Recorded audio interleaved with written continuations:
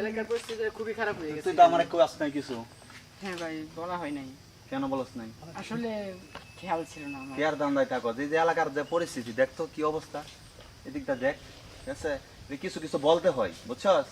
জি আচ্ছা। চতুর্দিকে এলাকার উন্নয়নের জন্য মাঝে মাঝে সব দিকে যাইতে হয়, খেয়াল রাখতে হয়, ঠিক আছে? সাগর বাইরে পাই খুঁজে পাইতেছি না। সাগর ভাই, সাগর ভাই, এই যে সাগর ভাই। কে জানি ডাকতেছে। আচ্ছা ঠিক আছে, যা। আসসালামু আলাইকুম। ওয়ালাইকুম আসসালাম। কি অবস্থা শাহিন ভাই? হ্যাঁ, আমি আপনাকে কয়েকদিন যাবত খুঁজছিলাম। কে লিখি ভাই? ভাই, আমি এলাকার উন্নয়নের জন্য একটা স্কুল খুলতে চাই। তাই? হ্যাঁ। সুন্দর কথা। এখন স্কুলটা আসলে আপনার একটু হেল্প লাগবে, তাছাড়া হচ্ছে না। তাই জি। স্কুলের জন্য যত ধরনের সহযোগিতা লাগে সব আমি করব, কোনো ইনশাআল্লাহ। সমস্যা নাই, ঠিক ইনশাআল্লাহ। আছে? আর আমার কথা হলো একটাই, জি। এলাকার ভিতর যদি একটা স্কুল হইব, আর অনেক বর্তমানে যে সব জায়গায় স্কুল আছে অনেক দূরে দূরে, আর এলাকার ভিতর যদি একটা স্কুল হইব, সবার জন্য একটা সুযোগ সুবিধা হইব, ঠিক আছে? তা আমার কথা একটাই, যে স্কুল চলাকালীন যেসব ছাত্রছাত্রী থাকবে ওদেরকে সুন্দরভাবে লেখাপড়া করাইতে হইব, আর আমাদের এই স্কুলটার জন্য এলাকার যাতে একটা সুনাম হয় এরকম ভাবে স্কুলটা চালাই নিতে হইব, জি। ঠিক আছে?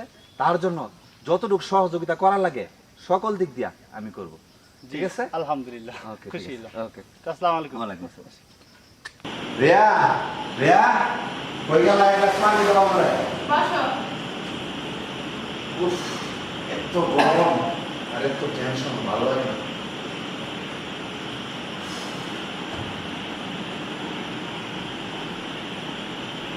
এই নাও। দাও। আর এত দেরি করবে কেন?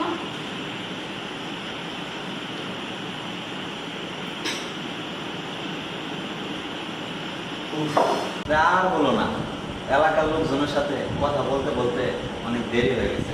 অবাক আসে নাই? না, এখনো বাড়ি ফিরে নাই। তোমার আজকারা পায়া অবাক দিন দিন খারাপ হয়ে যাচ্ছে, ওর একটু শাসন করো। অবাক আমাদের একমাত্র ছোট ভাই, একটু দুষ্টামি তো করবোই। অবাক আমার ছোট ভাই, ঠিক আছে? ছোট ভাই বলে কি যা মন চায় তাই করবো? একটা কথা মনে রেখো, অবাকের নামে যদি আমার কাছে কোনোদিন কোনো বিচার আসে, আমি কিন্তু ভাই বলে ওকে ক্ষমা করবো না। হ্যাঁ, দেখুন নে। তুমি দাও বেয়া। ওই যে স্যার আইছে।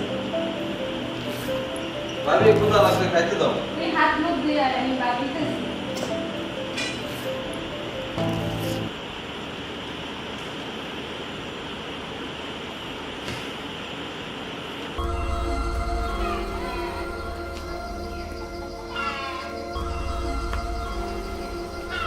কি ব্যাপার বাবুল ভাই?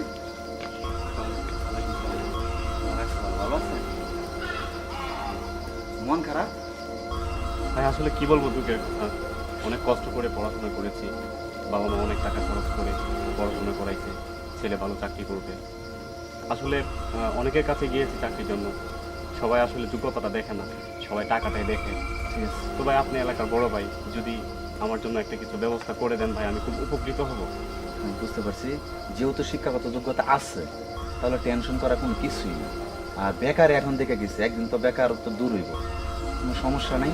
আচ্ছা, আমার কাছে একটা ছিল, ওই যে আমাদের এলাকার মাঝে একটা স্কুল করতেছে, মানে উদ্যোগ নিচ্ছে, আমার কাছে আসছিল, আমি আবার ওরা বলছি যে সব ধরনের সহযোগিতা করবো। তাহলে এই স্কুলটা যদি করে, এই স্কুলের মাঝে তো শিক্ষক লাগবে, তাই না? তাহলে ওই স্কুলের মাঝে কি আপনি শিক্ষক করতে পারবেন? আপনি আমার বড় ভাই, ভাই আমার খুব উপকার হবে ভাই, আমার বেকারত্বটা ভাই কাটতে ভাই, প্লিজ ভাই, আপনি এলাকার বড় ভাই, আপনার সম্পর্কে অনেক কিছু ভাই শুনেছি, শুনেছি ভাই, ভাই আপনার আমার এই উপকারটুকু ভাই আপনি কোনো করেন। সমস্যা নাই। তাহলে ওই স্কুলে একটা চাকরি নিয়ে দিই, চাকরি নিয়ে দিলে ওইটার মধ্যে শিক্ষকতা করলে ভালোই হবে।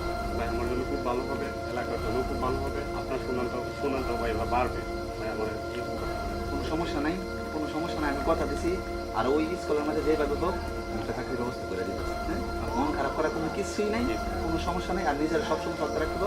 এরপরেও যদি আমার যে কোনো ধরনের সহযোগিতা লাগে আমার বললে দিয়ে সহযোগিতা করবো। ভাই আপনার কাছে জানি ভাই, ধন্যবাদ ভাই, ভাই খুব খুশি হলাম, টেনশন মুক্ত হলাম ভাই। তাহলে এবারে কেমন আসেন? ওকে, ঠিক আছে, আসি তাহলে, আসি। আসসালামু আলাইকুম। সাগর ভাই কিন্তু খুব ভালো লোক, টেনশন নিয়েন না, উনি যা বলছে তাই করবো। দেখবেন। জি ইনশাল্লাহ। ওকে, আসি তাহলে।